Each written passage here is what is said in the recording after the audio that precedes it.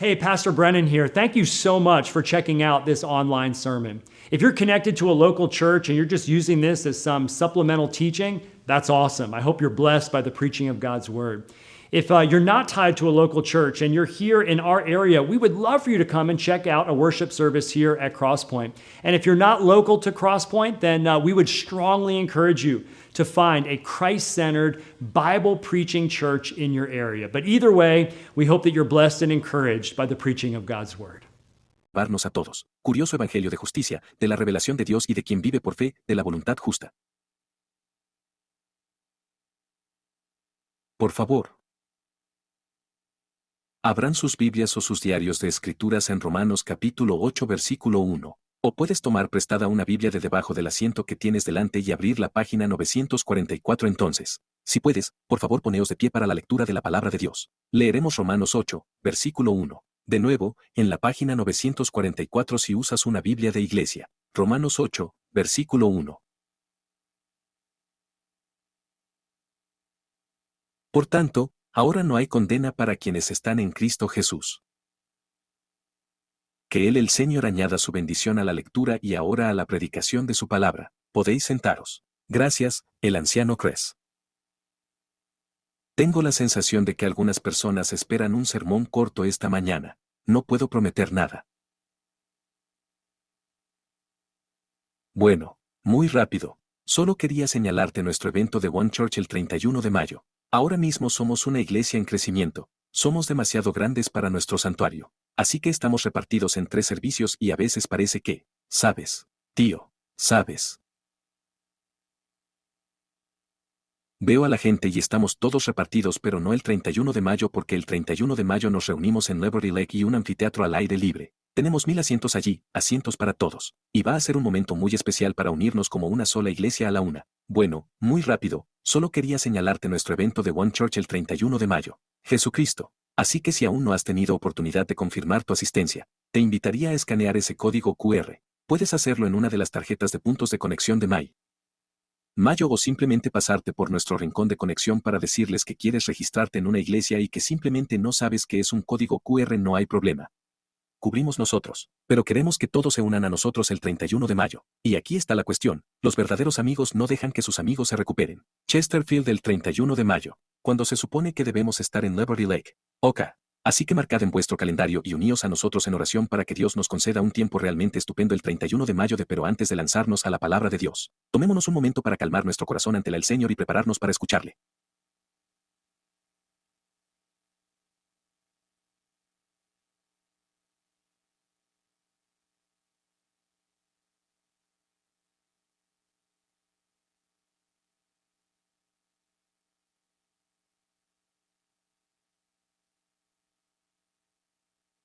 El Señor, llevamos vidas ajetreadas. Tenemos muchas distracciones. Y nos detenemos ahora mismo solo para reflexionar sobre la belleza y la grandeza de nuestro Dios.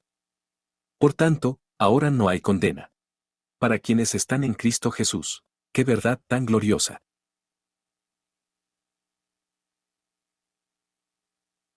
Te lo pido, por el poder de tu Espíritu Santo, a cada cristiano que está aquí reunido ahora mismo. Habría visto en la gloria de Romanos 81, y atesoraría en él el Señor Jesucristo.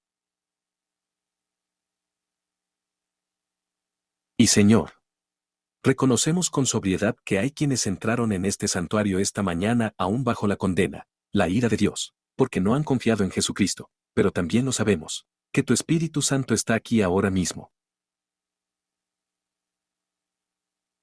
Se mueve y está activo y si te displace hacerlo, podrías abrir los ojos de los espiritualmente ciegos, para que vieran y saborearan la belleza de Jesucristo, nuestro el Señor y Salvador. El Señor, te pedimos que hagas precisamente eso. ¿Harías que tu gracia sea tan irresistible esta mañana? Ese es el que sigue muerto en su pecado, bajo condena. Llegarían a confiar en Jesucristo. Y saldrían de aquí con razón. En Jesucristo. Te pedimos que hagas precisamente eso. Por tu la gloria en el nombre de Jesús, amén. Así que ahí estábamos. Kathleen y yo estábamos de excursión.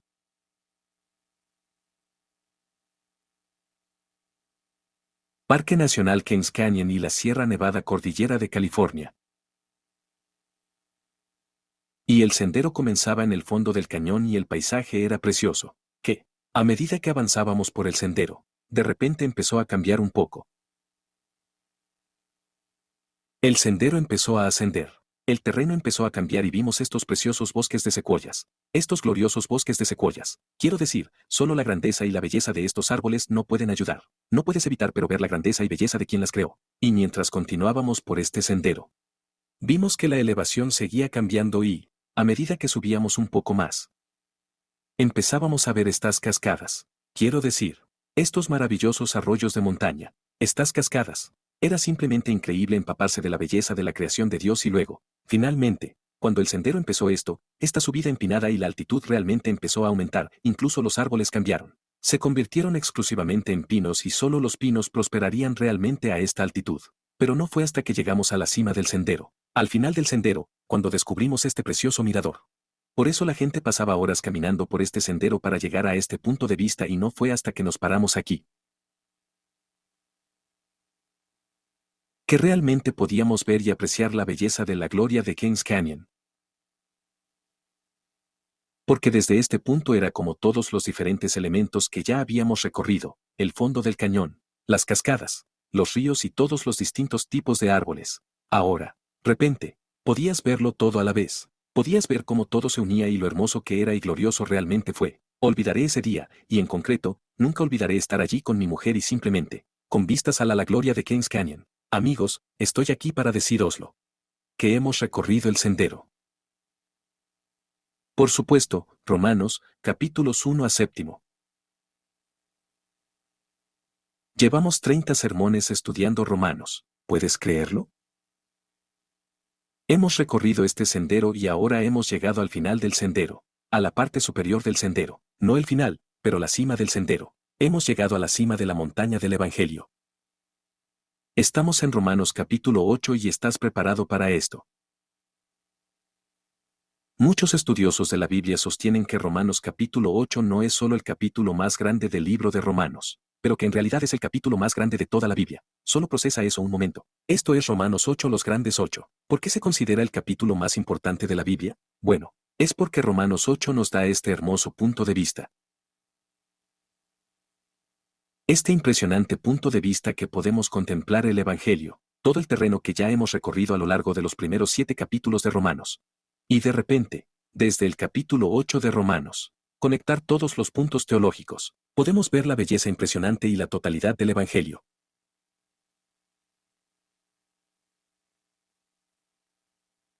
Podemos ver y apreciar cómo una vez estuvimos bajo condena pero a través de la fe en Jesucristo tenemos justificación. Estamos trabajando a través de nuestra santificación, en nuestro camino hacia nuestra glorificación. Podemos ver todas las diferentes dinámicas del Evangelio fusionándose y uniéndose desde este punto de vista en Romanos capítulo 8. Es impresionante contemplar todas las bendiciones, que son nuestros en Cristo, todas las implicaciones del Evangelio, que son nuestros en Cristo. Así que abróchate el cinturón.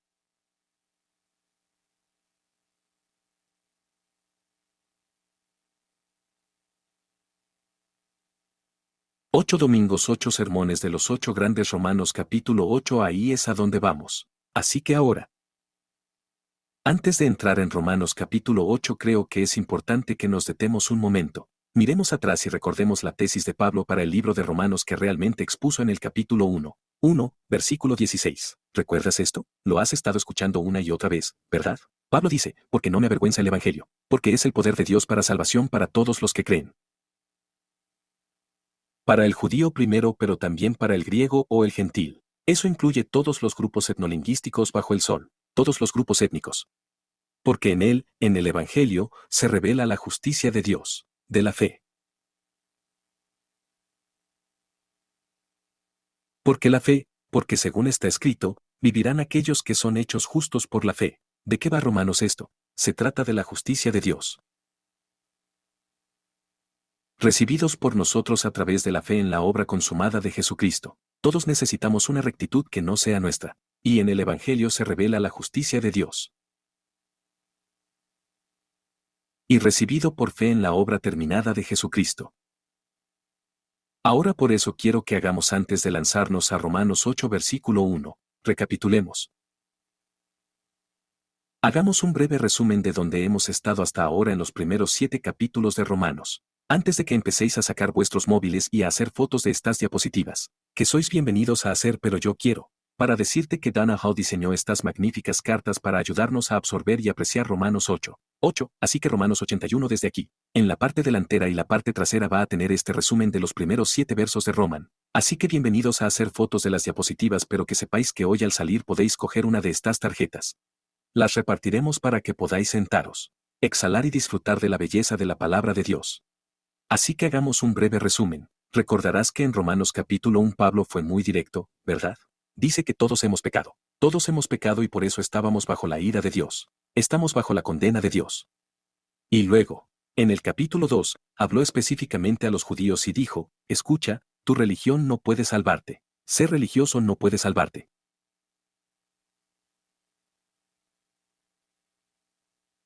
No puedes reunir la justicia que Dios te exige simplemente viniendo a la iglesia, dando dinero a los pobres o leyendo la Biblia. No va a servir. Necesitas una rectitud que no sea tuya. Y luego, en Romanos capítulo 3, Pablo lo dice muy claramente. Bueno, la religión no puede salvar, pero Jesús puede. Pero Jesús puede. Esa es la historia del Evangelio. Y luego, en el capítulo 4 de Romanos, ¿qué hace Pablo? Empieza a revelarnos la esencia misma del Evangelio, que es la justificación por la fe. No podemos reunir la rectitud que se requiere. Necesitamos una rectitud que no sea nuestra, y estamos justificados. Por la justicia de Jesucristo nos es atribuida por la fe. La Evangelio es este mensaje de justificación por la fe en Jesús. Eso se explica en Romanos 4, justificación por fe, y luego en Romanos 5. Si recuerdas, nos empezó a doler la cabeza, ¿verdad? Porque Pablo empezó a profundizar mucho, muy profundamente en el Evangelio y a desentrañar lo que llamamos la doble imputación de Cristo. Verás, muchas veces nosotros como cristianos recibimos la primera parte, la primera imputación que oímos.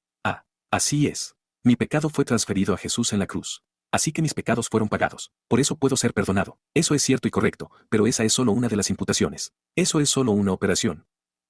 El segundo intercambio, el doble. La segunda imputación es que la justicia de Jesús nos es conferida, transferida o imputada por la fe, para que cuando Dios Padre vea al cristiano, ve la rectitud perfecta de su Hijo. Jesús se lo propuso a su Hijo o hija en Cristo.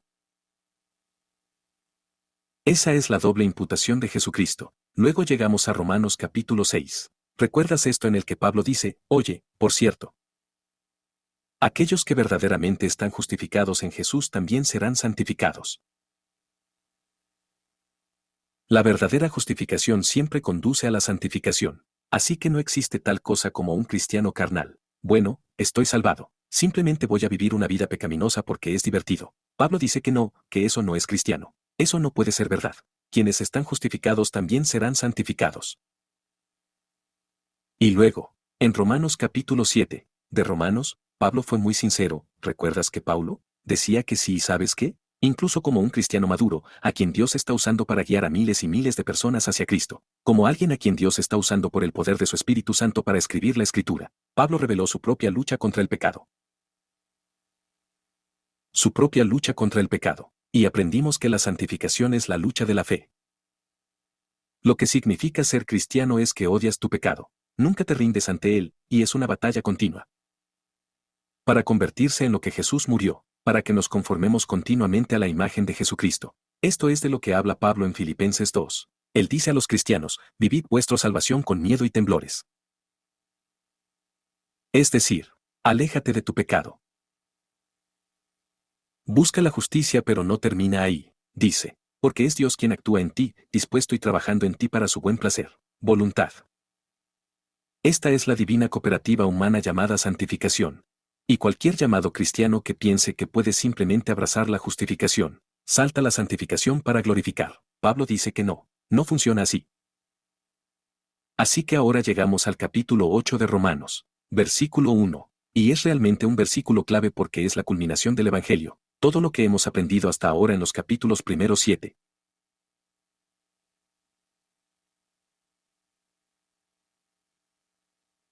Ahora Pablo está preparando la bomba para que podamos estar en la cima de la montaña del Evangelio y contemplar la grandeza y belleza de todas las bendiciones que tenemos al estar en Cristo. Así que realmente estamos en este momento crucial aquí en nuestro estudio de Romanos. Así que es ese momento, hora de entrar en octavo Romanos capítulo 8. Así que agarra tú. Deja tu diario de escrituras en la mesa si no tienes ninguno de los dos contigo hoy. No hay problema, solo mete la mano debajo del asiento que tienes delante y coge una de estas Biblias y me verás en la página 944. Estamos en Romanos capítulo 8, versículo 1, y muy rápido solo quiero agradecer públicamente a nuestro equipo de reinicio.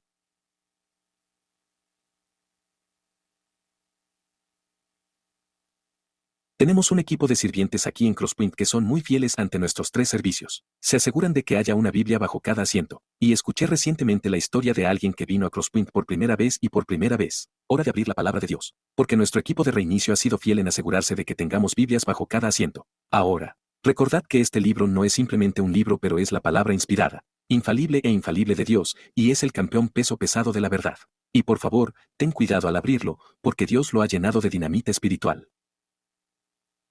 Espíritu Santo está aquí en las Escrituras y puede explotar en nuestros corazones en cualquier momento y transformarnos radicalmente con el amor, la gracia, la misericordia y la verdad de Jesucristo. Así que allá vamos, Romanos capítulo, ritmo que estamos retomando en el primer versículo. Escucha la palabra de Dios esta mañana. El apóstol Pablo escribe esto. Por lo tanto, si la hay. Ahora, nada de condenas. Para quienes están en Cristo Jesús. ¿Sabes?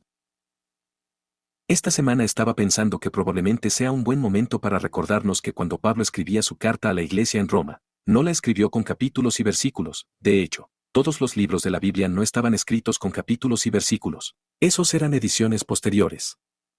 No cambiaban el contenido, pero solo creaban un sistema para ayudarnos a referirnos a partes específicas de la Biblia. Así que no hay nada malo con los capítulos y versículos, pero simplemente te digo que Pablo no escribió los primeros 7 capítulos y luego dijera, oh, sabes, voy a dar un paseo. Realmente no estoy seguro de qué viene después. Y, averigua qué, ¿sabes qué? No, esta es una carta coherente inspirada por el Espíritu Santo. Así que cuando Pablo aquí en Romanos 1 dice que sí, por lo tanto está sacando una conclusión. Esa conclusión, según la mayoría de los estudiosos, se basa en la totalidad de lo que ya ha escrito en la primera mitad del libro. Y eso incluye Romanos 7. Ahora recuerda que Romanos 7 fue realmente difícil, ¿verdad? Romanos 7 fue este recordatorio de que todavía habitan el pecado dentro de nosotros. ¿Qué tenemos que luchar? Tenemos que luchar contra ese pecado y a veces cedemos. Nos entregamos a los deseos de la carne, y es como un paso adelante y 2 atrás. ¿Y Pablo? Liderados por el Espíritu Santo, creo que intuye que podríamos desanimarnos, ¿verdad? Así que ahora llegamos al versículo 1 de Romanos 8. Versículo 1, que llega justo después del capítulo 7. Versículo 25 y Pablo nos recuerdan que ya no hay condena, para quienes están dentro. Cristo Santo. Ahora, como hoy solo vamos a hacer un verso, vamos a centrarnos de verdad. Sobre algunas palabras realmente críticas aquí en Romanos 81 quiero empezar con la palabra ahora. Bien, verdad. Así que miramos el texto que dice que ahora se está sacando una conclusión.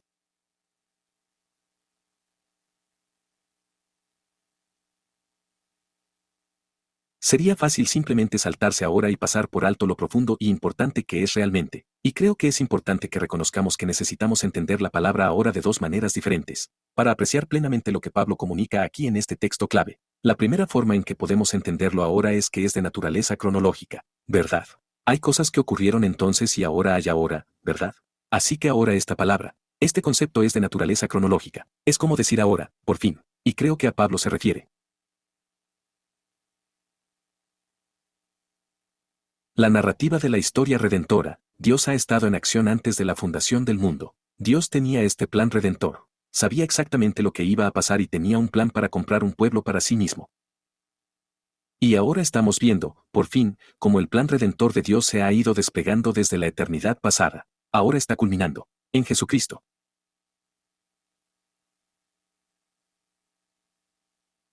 Estamos llegando a este punto en la historia redentora donde Dios se está desplegando salvación claramente en la obra de su Hijo Jesús. Vemos este concepto en Romanos capítulo 5, versículo 6. Recuerda, Pablo dijiste que aún estábamos débiles, en el momento adecuado.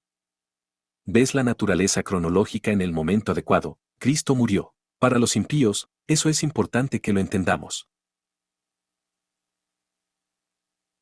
Estamos de este lado de la cruz. Justo la obra redentora de Cristo ha terminado. Hubo un flujo hacia la historia redentora. Es de naturaleza cronológica.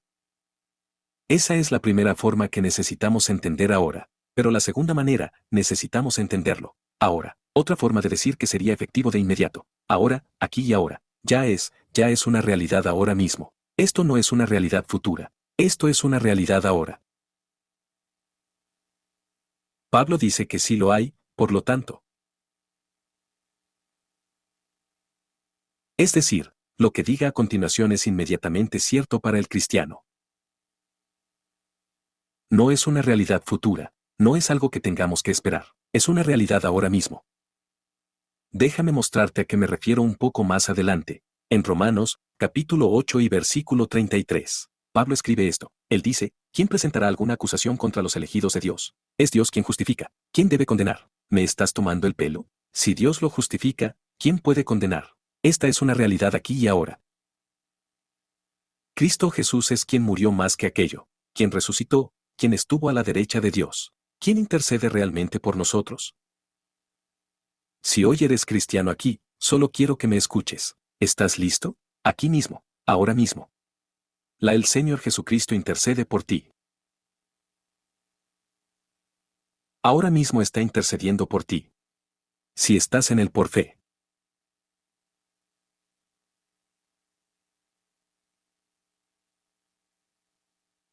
¡Qué realidad tan gloriosa! No dice 01 día Él intercederá por ti algún día cuando empieces a ponerte las pilas y no estés cayendo siempre en el pecado y dejando que la carne gane. Un día cuando te limpies entonces Él intercederá por ti no. Aquí mismo, ahora mismo. Cristian sin esperanza, el que está luchando, sintiendo que te estás ahogando en pecado aquí y ahora. Jesucristo intercediendo por ti. El que resucitó de entre los muertos intercede por ti. Y si estás en Él, ahora mismo no hay condena. Si eres cristiano. Esto es glorioso. Esto es precioso.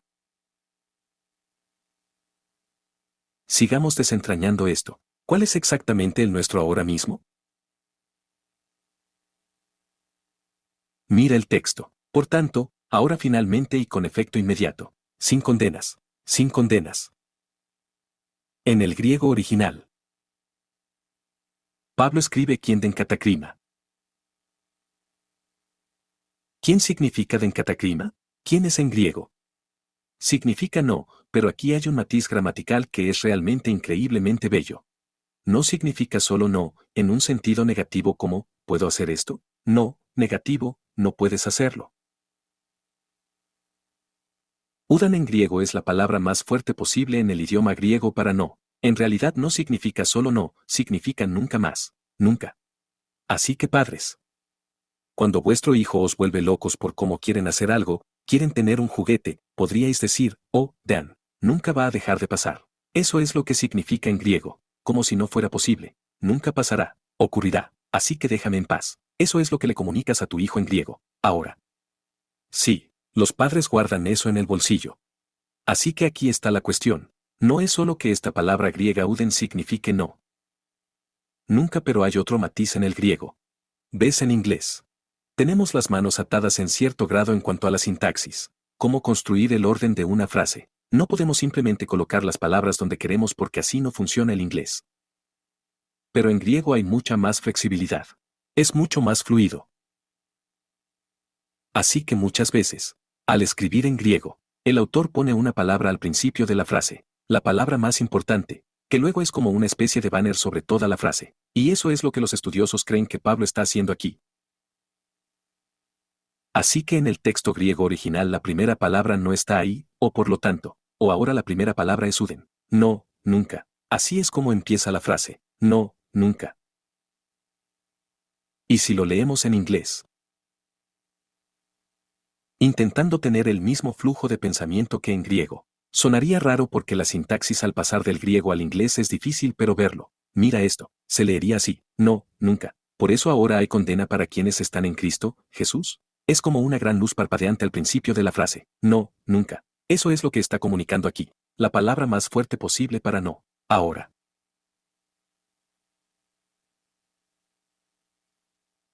La palabra condena en inglés. En griego original es catacrima, y literalmente significa estar condenado. Eso es lo que significa. Significa que está condenado. Ahora no hay condena ni condena para quienes están en Cristo Jesús. Significa condenado significa recibir una sentencia severa. Y ahora no hay condena, ni condenación para quienes están en Cristo Jesús. Este es un verso glorioso. Se podría decir que es uno de los 10 versículos más significativos de toda la Escritura. Es muy importante. Sabes, estaba pensando esta semana. Esta idea de que no hay condena para quienes están en Cristo Jesús, me recuerda a una historia de Juan, ese Evangelio. ¿Recuerdas la historia de Juan capítulo 8? Donde los escribas y los fariseos, la élite religiosa, aquellos que tenían todo el poder e influencia cultural, política y religioso, y en Israel del siglo I, eran ellos quienes tenían la mayoría de los asientos en el Sanedrín, eran los que tenían el poder en Israel y odiaban a Jesús y su mensaje de gracia.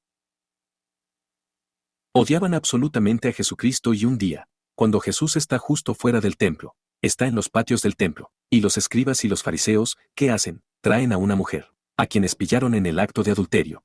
Sí, procesa eso un momento, ¿cómo pillas a alguien cometiendo adulterio? Hay cosas incómodas ahí. Pero sorprenden a una mujer en el acto de adulterio y la llevan ante Jesús para ponerle a prueba. Para atraparlo, quieren meterle en problemas. Vienen a Jesús, cargando piedras.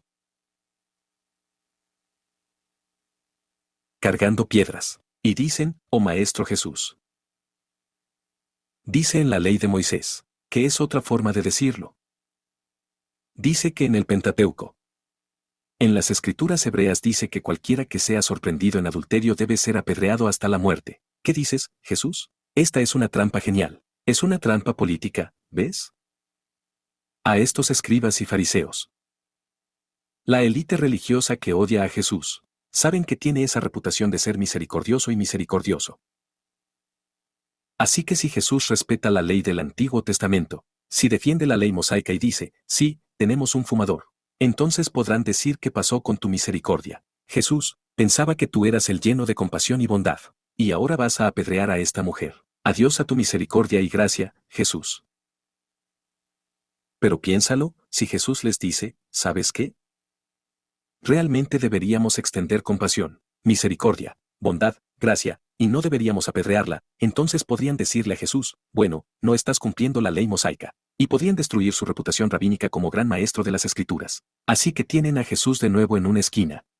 Acorralado. Esquina. Acorralado. En una esquina. Quiero decir, está en una situación muy complicada. Parece que, de cualquier manera, responde él, le tienen exactamente donde quieren. Y dicen, ¿qué dices, Jesús? ¿Y a qué se dedica? Él no responde. Se arrodilla y empieza a escribir algo en la tierra.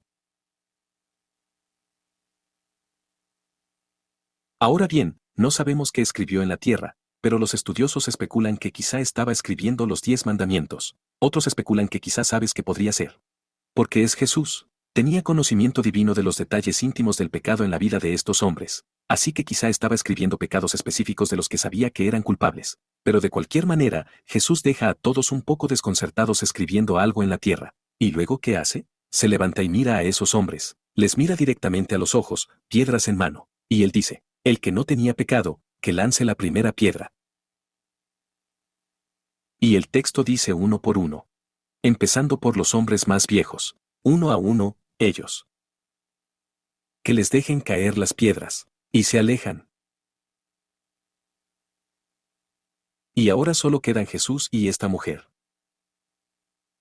¿Quién fue pillado en el acto de adulterio? Y mira esto, esto no era una búsqueda de justicia y santidad, esto era una casa de brujas. Porque si realmente te importaba la justicia y la santidad la última vez que miré, lo comprobé hacen falta 2 para cometer adulterio, pero lo único que hicieron fue arrastrar a la mujer. No trajeron al hombre, trajeron a la mujer. Así que aquí está esta mujer. Ha estado avergonzada, la han avergonzado delante de la comunidad, pero lo único que hicieron fue arrastrar a la mujer. ¿Nadie te ha condenado? Y dice que nadie el Señor. Ahora, si has leído Juan 8 antes y has prestado atención. Cuando dice Señor no es una L minúscula, que sería solo un término de deferencia y respeto hacia alguien en posición de autoridad. Ahora dice que nadie el Señor con mayúscula. Verás, habiendo experimentado la gracia, la misericordia y la compasión de Jesús, Dios le ha mostrado a esta mujer, que en efecto es el Mesías. Él es el Hijo de Dios. Es el Señor. Dice, ¿nadie te ha condenado? Y ella dice que nadie, el Señor. Y entonces Jesús responde, tampoco te condeno. Ahora vete y no peques más. ¡Qué historia tan bonita!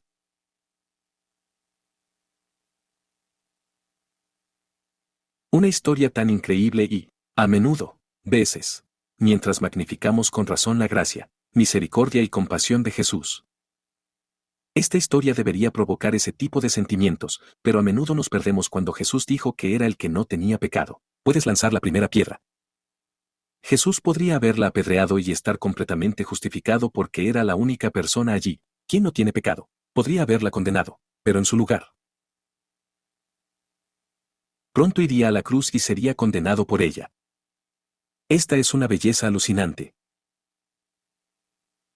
Del amor, la gracia y la misericordia de los el Señor Jesucristo. Esta mujer lo experimentó. Y ella cambió. En el acto. La cambiaron en el acto. El único que podía condenarla. Fui a la cruz para ser condenado por ella. Y 2000 años después. La cruz de Jesucristo proclama continuamente el amor. Y la misericordia. Y la gracia y la compasión. De la el Señor Jesucristo. Me encanta la cruz. Me encanta el Evangelio. Y si lo piensas un momento, es realmente alucinante. ¿Cómo aseguró Jesús nuestro perdón? ¿Cómo logró justificar en lugar de condenar? Porque en la cruz, Jesucristo bebió todo. La condena de Dios sobre el pecado. Esa es la realidad. La gloria del Evangelio.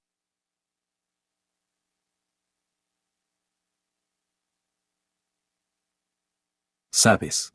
Tan interesante cuando miramos atrás y empezamos en Génesis y vemos Génesis 3 y vemos el primer pecado de Adán y Eva. Luego vemos este patrón de pecado que se ha transmitido a todo ser humano. Todos hemos pecado. Todos nos hemos rebelado contra Dios, su la gloria, su ley. Todos hemos fallado. Y a lo largo de toda la historia humana, es como si todos hubiéramos estado contribuyendo a la ira de Dios. A lo largo de la historia, empezando por Adán y Eva, nuestro pecado se ha acumulado. Hemos estado contribuyendo. Hemos estado acumulando la ira de Dios. Juicio, condena. Hemos estado contribuyendo por la rotura del mundo. Esta es la historia de las Escrituras. Miramos atrás y vemos incluso a los héroes en la Biblia. Mira a alguien como Rey David. Rey David cometió adulterio. Intencionadamente hizo que alguien muriera, culpable de asesinato. Todos hemos contribuido a la ira de Dios. Y las Escrituras nos dicen que nuestro pecado ha despertado la ira de Dios. Y una de las más ignoradas y poco valoradas porque es tan incómoda para tanta gente, una de las características más ignoradas de nuestro Dios es que es un juez justo. ¿Y sabes qué? En el fondo todos queremos jueces justos en nuestra cultura, ¿verdad? Porque cuando vemos crímenes atroces cometidos, si vemos a un juez en la sala de juicios mirar a alguien que ha violado a alguien o hecho algo horrible y el juez dice, ¿sabes qué? No es un gran trato. No sé tú, yo estoy indignado. Estoy indignado. Nuestro Dios es un Dios de la justicia. Y porque ama la justicia, porque ama la verdad, no puede ignorar el pecado. Su ira debe ser derramada. La ira de Dios debe ser derramada. Y aquí está la cuestión. El juicio y la justicia deben cumplirse. La ira de Dios debe ser propiciada. Y Jesucristo es el único ser humano que realmente merecía ese reconocimiento de Dios, pero en su lugar bebió la copa llena de la condena de Dios al pecado. Esta semana estaba pensando, ¿qué es la cruz? En última instancia, es Jesús quien bebe la copa llena de la condenación de su Padre sobre nuestro pecado, no el suyo. Así que en la cruz, Jesús tomó la copa llena de la condena de Dios, ¿y qué hizo?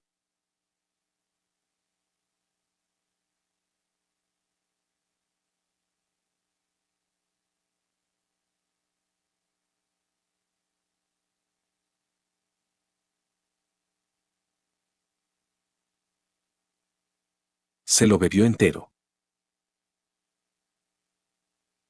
La copa llena de la condena de Dios. ¿Sabes lo que significa eso? Para cualquiera que esté en esta sala y esté en Cristo, ya no te queda condena.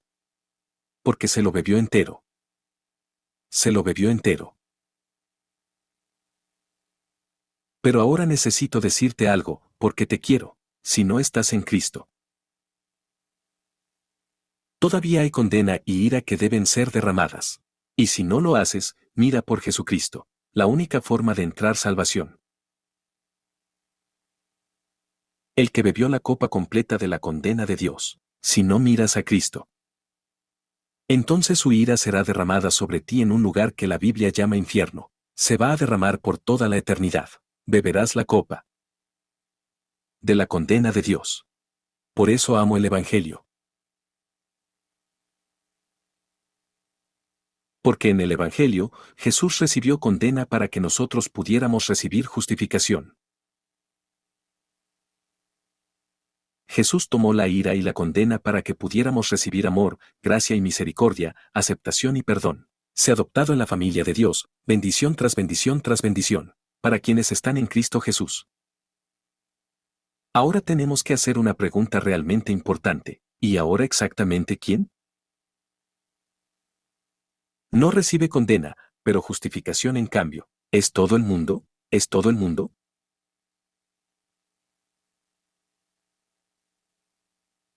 Mira el texto otra vez. Por tanto, ahora no hay condena. ¿Para quién? ¿Para esos? ¿Quién? Específico. Ese es el lenguaje de la especificidad.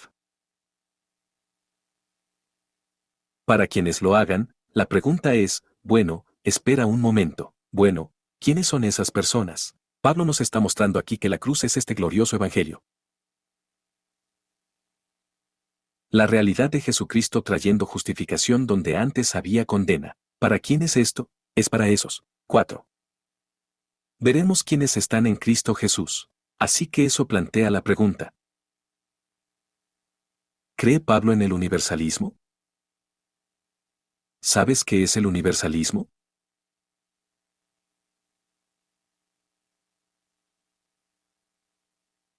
Es una afirmación falsa y no bíblica que cada hombre, mujer y niño es automáticamente salvado por la cruz de Jesucristo. Independientemente de si alguna vez se arrepienten y se alejan de su pecado, independientemente de si confían en Jesucristo y le reconocen como el Hijo de Dios. ¿De dónde viene el universalismo? No viene de la Biblia, te lo puedo garantizar. ¿De dónde viene? Viene de un deseo. Para mostrar el amor de Jesús.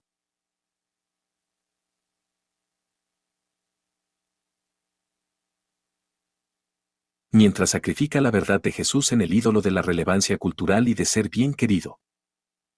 ¿Era Paula universalista? Absolutamente no. En Romanos capítulo 9, versículo 3, Pablo dice esto. Dice, porque podría desear que yo mismo estuviera maldito y cortado. Otra forma de decirlo sería que ojalá estuviera fuera de Cristo. Por el bien de mis hermanos, mis parientes, según la carne. Esto es Pablo derramando su corazón en dolor. Por el Israel étnico. Por sus hermanos y hermanas judíos que han rechazado a Cristo. Esto es Paul de duelo y dice que ojalá pudiera cambiar de lugar con ellos. Ojalá pudiera estar fuera de Cristo para que ellos pudieran estar en Cristo. Ese no es el lenguaje del universalismo. Si fuera universalista diría, oh. Estoy tan agradecido de que mis hermanos y hermanas judíos que rechazan a Jesús como Mesías seguirán siendo salvados. Eso es lo que diría si fuera universalista, pero en cambio dice, hombre, ojalá pudiera intercambiar lugares con ellos. Ojalá pudiera estar fuera de Cristo para que ellos pudieran estar en Cristo. Una de las cosas que me encanta del apóstol Pablo, no hay tonterías absurdas con el apóstol Pablo. Nunca me he encontrado con un ser humano tan conectado a la realidad última. Paul es sincero, dice la verdad. ¿Sabes por qué? Porque no es amoroso mentir. Mentir no tiene cariño. Para decirle a alguien que no cree en Jesús, ¿sabes qué? Eres bueno. No te preocupes, estás bien. Eso es no amor. Eso es no amor. Pero no hay nada de eso con Pablo.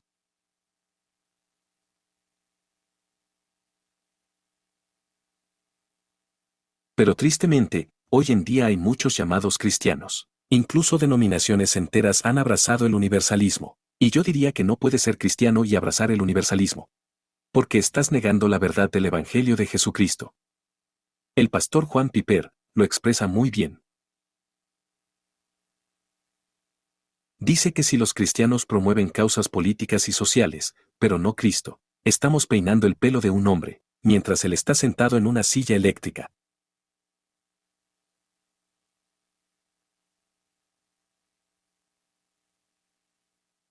Mira esto si nosotros, si nos reunimos de nuevo para otro gran momento de hambre.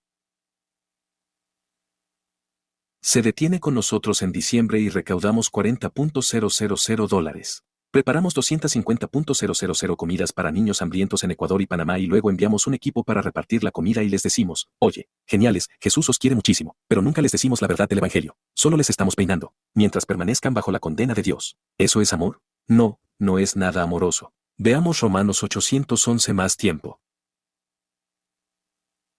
Y veamos bien, ¿para quién no hay ahora condena? Mira el texto.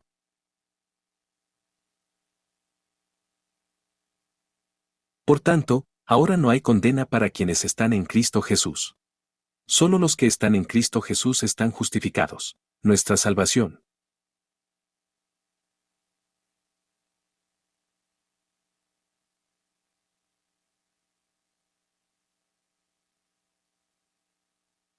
Nuestra justificación, nuestra huida de la condena viene a través de nuestra unión con Cristo. La unión con Cristo encontrada en Él es la clave que abre nuestra salvación. Pablo habla de esto en Romanos, capítulo 6, versículo 5. ¿Recuerdas este versículo? Pablo dicho esto, porque si hemos estado unidos a Él, ese es Jesús unido a Cristo, a la imagen de su muerte. Sin duda nosotros también, sea semejanza de su resurrección. Este es el lenguaje de unión con Jesucristo. Es la clave.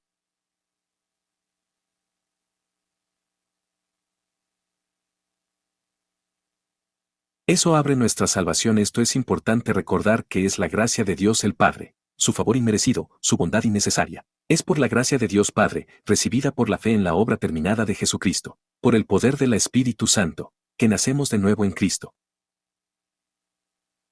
Que tenemos unión con Él, que ahora estamos en Él. Así somos. Esa es la esencia misma del cristianismo, que estamos en Jesucristo. Mira esto cuando estés en Jesucristo, su muerte por nuestro pecado. Se convierte en nuestra muerte al pecado.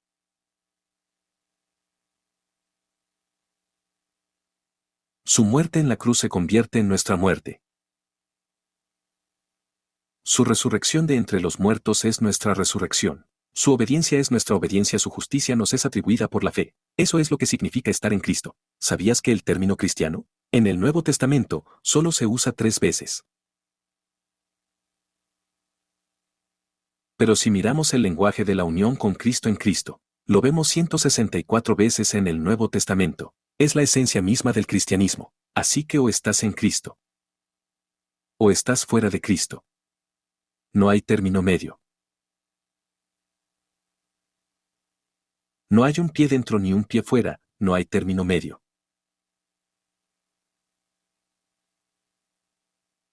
Y si estás investigando el cristianismo, esto es lo más importante que vas a oír. O estás en Cristo o estás fuera de Cristo. Pero no me creas solo a mí. Escucha las palabras de Jesucristo. En el Evangelio de Juan, capítulo 3, versículo 36. Las palabras de Cristo. Dice que el que cree en el Sol mayúscula es Jesús, Jesucristo. El que cree en el Hijo, tiene vida eterna, pero quien rechaza al Hijo no verá vida. Cambio, la ira de Dios permanece sobre él.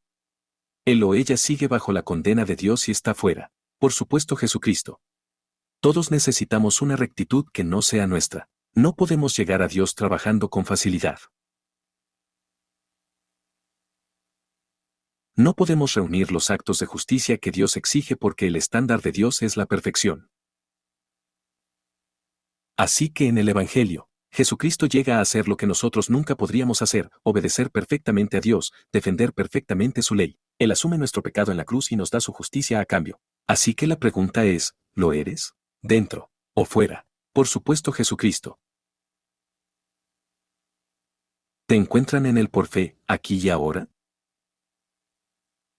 Si aún no eres seguidor de Jesús, Estás fuera de Cristo y la condena de Dios está sobre ti aquí y ahora, pero aquí está mi oración. Ese Dios Todopoderoso, a través del poder de su Espíritu Santo te daría ojos para ver. Las Escrituras dicen que nacemos espiritualmente ciegos. No podemos ver las cosas de Dios, no podemos ver la belleza de Cristo, pero si el Espíritu Santo te da ojos para ver, orar que te daría ojos para ver aquí y ahora, ver que eres un pecador que necesita un Salvador, que Jesucristo es la única forma de salvación. Que si miras a Cristo y solo a Cristo, Él quita tu pecado y te da su justicia gratis. Estamos justificados por la fe en Jesús. Me orar que Dios te daría ojos para ver. Contemplar la belleza de Jesucristo. Es amor. Su misericordia, su gracia, su majestad, el perdón que solo se encuentra en Él. Que Dios te conceda, que Dios te conceda. La fe en Jesucristo aquí mismo, ahora mismo. Cuando el equipo de adoración viene y nos guía en una canción más, tengo una palabra para el cristiano. A mi hermano o hermana en Cristo necesito que me escuchéis. Romanos 81 es tan glorioso, es tan hermoso porque es un recordatorio de la realidad del Evangelio. Por tanto, ahora mismo, aquí y ahora, efectiva inmediatamente, no hay condena para quienes están en Cristo Jesús. Así que te invito a que cierres los ojos un momento, mira por el retrovisor de tu vida, mira los mayores arrepentimientos, los peores pecados que hayas cometido en tu pasado, las cosas de las que te sientes continuamente avergonzado. Llevas esta culpa, escúchame. Ahora no hay condena por tus pecados pasados, porque estás en Cristo Jesús. Y piensa en tu pecado actual, las cosas que te frustran tanto ahora mismo. Ahora no hay condena. Por el pecado presente para aquellos que están en Cristo Jesús. Incluso los pecados que vas a cometer mañana. Y el mes que viene, y el año que viene y dentro de 10 años. Está cubierto por la sangre de Jesucristo. Pecados pasados, presentes y futuros. Ahora no hay condena para quienes están en Cristo Jesús. A quien quiera que el Padre haya puesto en la mano del Hijo, nadie, ni siquiera Satanás mismo, puede arrebatárselos. Padre nuestro que estás en los cielos, te damos gracias por la gloria del 8 de Romanos, versículo 1. Te agradecemos que ahora no haya condena para quienes están en Cristo. Jesús, ¿nos ayudaría a ver este Evangelio, a saborearlo? Para valorar a nuestro Salvador Jesucristo y el Señor, que podamos salir cambiados, porque hemos visto tu la gloria en Cristo. Es en el nombre de Cristo que orar. Amén.